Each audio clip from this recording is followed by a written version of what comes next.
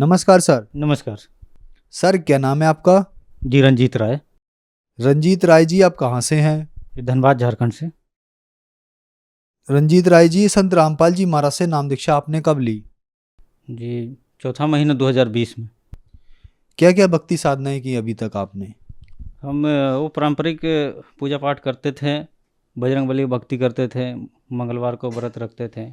उसके बाद गायत्री परिवार में आए, वहाँ पे 12 साल भक्ति किया। वहाँ से हमको कोई विशेष लाभ नहीं दिखा, लेकिन वहाँ आने के बाद गुरु के बारे में जानकारी मिला कि गुरु ही मोक्ष दिलवा सकते हैं। और वहाँ से एक मतलब अंदर से एक तलाश जारी हुआ कि वो सच्चे गुरु कहाँ होंगे, कब मिलेंगे। तो आगे चल के ऐसा लगा कि हमको इस जन्म में अब वो गुरु नहीं मिलने वाला है। और ये लॉकडाउन के समय चल रहा था। उस समय में ऐसा महसूस हुआ कि लगता है कि अब कौन बचेंगे और नहीं बचेंगे, क्या होगा पता नहीं। तो हमने सुना था कि गीता के ज्ञान में मोक्ष का रास्ता है, तो वो गीता का ज्ञान देखने के लिए यूट्यूब में सर्च करने लगे, वो गीता का ज्ञान। तो उसमें एक जगह ये कृष्ण बोल रहे थे उनसे, अर्जुन से, कि तेरे और मेरे हजारों जन्म हो चुके हैं, ये मैं जानता हूँ तुम नहीं जानते। ये जो वाक्य आया, इसके बाद ये दिमाग में पूरा घर कर गया। दिन रात दिमाग में चलते रहा, ये कैसे हजारों जन्म कैसे हुआ। लेकिन इसका कोई जवाब देने वाला नहीं था। बार बार इस बात को दिमाग से हटा रहे थे, लेकिन बार बार दिमाग में आ जा रहा था। सोते बैठते एकदम चैन नहीं था। उसके कुछ दिन के बाद, 2-4 दिन के बाद, एक गुरु जी का एक वीडियो आया संत रामपाल जी महाराज के बारे में, कि वो ऐसा संत आ चुके हैं जिसके बारे में हजारों भविष्यवाणी पहले से था। वो देखने के बाद जानने का इच्छुक हुआ, मेरा दिल में एक कसक जग गया कि लगता है मेरा तलाश पूरा हो गया। उसका वीडियो पूरा देखने के बाद हम जब देखे उनका चेहरा कि ये कोई संत रामपाल जी महाराज हैं, इनके बारे में इतने भविष्यवाणी हुआ है, तो वो उनका ज्ञान जानने की कोशिश की कि ये क्या ज्ञान देते हैं। और जब उनका वीडियो सत्संग का जब देखने लगे, तो उसमें वही ज्ञान निकल के आ गया जिसमें वो बता रहे थे कि तेरे और मेरे हजारों जन्म हो चुके हैं। उसी चीज़ को पलट के वो दिखा रहे थे, एक एक शब्द का उसका अर्थ बता रहे थे, मीनिंग बता रहे थे। उस समय हमको लगा कि बस मेरा तलाश पूरा हो गया है, यही है जिसका हमको इतना दिन से तलाश था। अब उसके बाद संत रामपाल जी महाराज का पुस्तक उनका वेबसाइट पे सर्च करने लगे कि उनका क्या ज्ञान है। तो उनसे एक पुस्तक जीने की राह वहाँ पे देखे, डाउनलोड मारे उसको। उसको जब हम पढ़ना शुरू किए सर जी, तो उसका लगभग 100 पेज पढ़ते पढ़ते अंदर से एकदम पूरा कसक जग गई कि यही ज्ञान हमको चाहिए था, यही भक्ति चाहिए था, जिसमें जाति धर्म का भेद नहीं है। ये जितने चीज़ हम लोग करते हैं, ये बचपन से हमको लगता था कि ऐसा कैसे, एक ही परमात्मा है, एक ही इंसान बनाया है, उसमें कैसे जाति के आधार पे सबको बांट दिए हैं, उसके लिए कुछ और है, उसके लिए कुछ और है।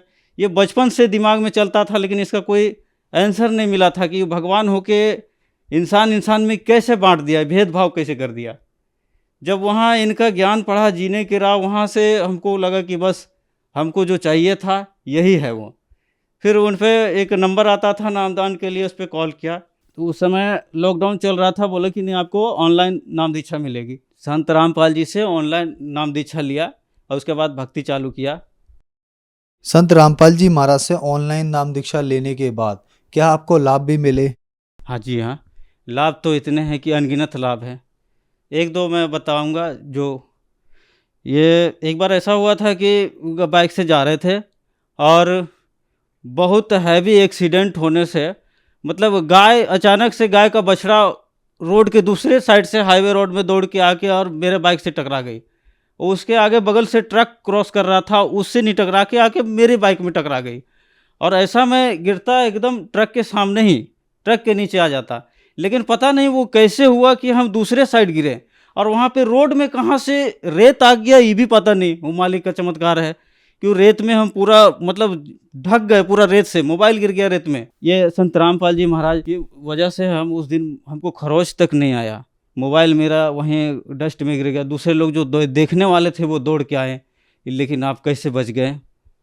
और उस दिन मालिक को बहुत बहुत धन्यवाद किए, वो गुरु जी को, कि आज बचा लिया जान। हमारे पापा और माँ का पहले डेथ हो चुके थे, उन सब का भी प्रेत बाधा थी। बहुत बार तांत्रिक के चक्कर में पड़े, उनको ठीक करवाने के लिए घर के बारे में जब भी जाते थे ऐसा हो गया, 10,000 20,000 तांत्रिक लेता था और फिर वही समस्या बनी रहती थी। फिर दूसरे के पास जाओ, फिर 20,000 दो, ऐसा चलते रहता था, लेकिन वो समस्या हल नहीं हो रहा था।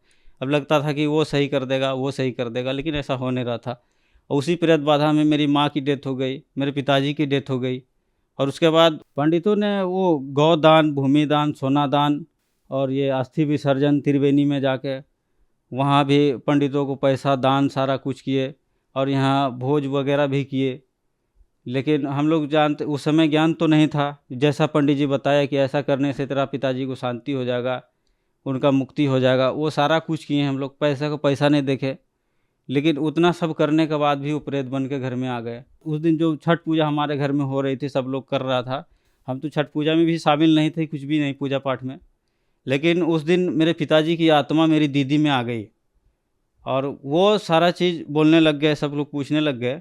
तो हमने सिर्फ इतना बोला कि पिताजी हम गुरुजी बना लिए हैं, ये सही किया? बोला हाँ हाँ ठीक है, इंसान को अपना कर्म करना चाहिए। उस दिन तो वो चले गए प्रेत निकल के। और उसके बाद मेरे भैया लोग बोलने लगे कि तुमको पूछना चाहिए था कि हम गुरु बनाएं तो और लोग को बनवा दें, सबको दिलवा दें। हम लोग, उतना तो मेरे दिमाग में नहीं आया। दूसरे दिन पता नहीं फिर कैसे फिर वही प्रेत आ गया मेरी दीदी में। और उस दिन सारा घर के लोग सब इकट्ठे थे और उनसे बहुत कुछ प्रश्न पूछा पूछी होने लगा। हम सारा चीज़ पूछ लिए पिताजी से, वो जो प्रेत थे मेरी दीदी में उनसे पूछ रहे थे। तो वो बोले कि नहीं, ऐसा नहीं है, जो इंसान अपना कर्म के अनुसार वो जो जो होता है उसका वो होता है, ये सब करने से कुछ नहीं होता है। तब हमने बोला कि तब हमारे गुरुजी सही बताते हैं, ये सब का कोई फ़ायदा नहीं है, ये सब व्यर्थ चीज़ है। उनके लिए वो पंडित जी जितने चीज़ बताएँ, अपने हाथ से जाके अस्थि विसर्जन किए वहाँ त्रिवेणी में। उनका जो होता है गोदान, भूमि दान, सोना दान, सारे कुछ किए जो जो जो पंडित जी बताते हैं। और वो निकालना वगैरह, पिंडदान वगैरह सारा कुछ किए। मेरे पिताजी इतना सब कर्म करने के बाद भी वो प्रेत बन के मेरी दीदी के शरीर में आते थे और उनको परेशान करते थे। हम लोग तो सारा कर्म कांड किए थे कि उनकी मुक्ति हो जाए, लेकिन उतना सब करने के बाद भी हमारे पिताजी उनके शरीर में आके उनका प्रेत उनको परेशान किया करते थे, उनको तकलीफ़ दिया करते थे, मेरी दीदी को। और उस दिन वो सारा कुछ अपने से सारा चीज़ बताए कि हम ऐसा-ऐसा करते हैं, इनको तकलीफ़ देते हैं और इनको हम साथ लेके जाएँगे। तो मैंने बोला कि आप इसको नहीं ले आप इसको ले जाना चाहते, आप हमको ले चलो। वो बोलने लगे मेरे पिताजी का प्रेत कि नहीं, हम तुम तो जा ही नहीं सकता, तुम तो भूत बनेगा ही नहीं। तुम्हारा ज्ञान कुछ अलग है, तुम अलग रास्ते में हो, तुम भूत नहीं बन सकते। तो मैंने बोला कि मैंने, अगर हमको नहीं ले जा सकते तो आप इनको भी नहीं ले जा सकते। मैंने बोला कि सब लोग को हम ये गुरुदीक्षा दिलवा देते हैं। बोलता हाँ सबको दिलवा दो, इनको छोड़ दो। मेरी दीदी को बोल रही थी, मेरे दीदी के बारे में बोल रहा है कि इनको छोड़ दो, इनको मैं ले जाऊंगा अपने साथ। मैं बोला कि नहीं, आप इनको नहीं ले जा सकते। उसके बाद फिर उनको मैं सबसे पहले उन्हीं को गुरुदीक्षा दिलवाया। उस दिन से मेरे घर में सब लोग मजाक उड़ाना बंद कर दिया और धीरे धीरे सब लोग ज्ञान समझने लगे। पुस्तक ला के रखे थे, सब लोग पढ़ने लगे। उसका पढ़ने से सबको ये नॉलेज हुआ कि नहीं, ये सद्भक्ति कुछ और है। उसके बाद वो प्रेत बाधा नहीं हुई मेरी दीदी को। हमारे पिताजी का जो आत्मा आया हुआ था मेरी दीदी में प्रेत बन के, वो खुद से स्वीकार किए कि जो आप कर्म करते हो, कर्म के आधार से ही आपका सब कुछ होता है। और ये पंडित जी वगैरह करने से और उनके कहने से, जैसा करने से कोई लाभ नहीं है, ऐसा करना बेकार है। और यही हमारे गुरुजी संत रामपाल जी महाराज जी बताया करते थे। उस दिन वो पूरा साबित हो गया और घर के लोग भी मान गए कि नहीं। उस दिन से सारे लोग मजाक उड़ाना बंद कर दिया और धीरे धीरे पूरा परिवार अभी हम लोग इस मार्ग पे हैं। गुरुजी से, संत रामपाल जी महाराज से नाम दीक्षा लेके भक्ति कर रहे हैं। और उस दिन से हम लोग घर में भी बहुत शांति हुआ। हम लोग भाई भाई में भी लड़ाई होता था, वो सब धीरे धीरे संत रामपाल जी महाराज के ज्ञान को पढ़ने से सबको जानकारी हुई और आपस में हम लोग को भेदभाव खत्म हो गया। हम लोग भाई भाई सब एक मिल के रहने लगे। और लाभ, आर्थिक समस्या से जो जूझ रहे थे उसमें मेरा बहुत फ़ायदा हुआ। 1 मंथ के अंदर ही मेरा सैलरी कुछ बढ़ के आ गया। उसके बाद वो जो समस्या हम झेल रहे थे, काम करते करते भी पूरा नहीं पड़ पाता था, हर मंथ कर्जा करना ही पड़ता था, वो सब सही होने लग गया। कर्जा लेने की ज़रूरत नहीं पड़ने लगा।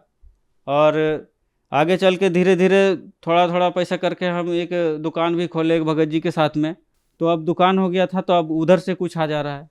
अभी आर्थिक तंगी भी नहीं है और काम का समस्या भी नहीं है। नशा, पहले नशा किया करते थे, थोड़ा बहुत शराब वराब भी पीते थे और खैनी का नशा था। सुबह उठ के खैनी खाना, खाना खाने के बाद खैनी खाना। जब से ये जीने की राह पड़े उसके बाद से ये नशा तो अब छूने से भी डर लगता है। अब मालिक के दया से, गुरु जी के दया से, संत रामपाल जी महाराज के ज्ञान से वो नशा जहाँ होता है वहाँ तो रुकने का भी मन नहीं करता, ना वहाँ जाने का मन करता है। अब वो सारा चीज़ छूट गया है। सर, संत रामपाल जी महाराज से नाम दीक्षा लेने के बाद आपको बहुत सारे लाभ प्राप्त हुए, तो जो दर्शक आज आपको टीवी पर देख रहे हैं और वो भी संत रामपाल जी महाराज से नाम दीक्षा लेना चाहते हैं तो कैसे ले सकते हैं? संत रामपाल जी महाराज का सत्संग कई चैनलों पे चलते हैं और उन पे एक पीली पट्टी आती है नाम दान के लिए। उस नंबर पे कॉल करके आप नाम दीक्षा ले सकते हैं। धन्यवाद सर। जी धन्यवाद।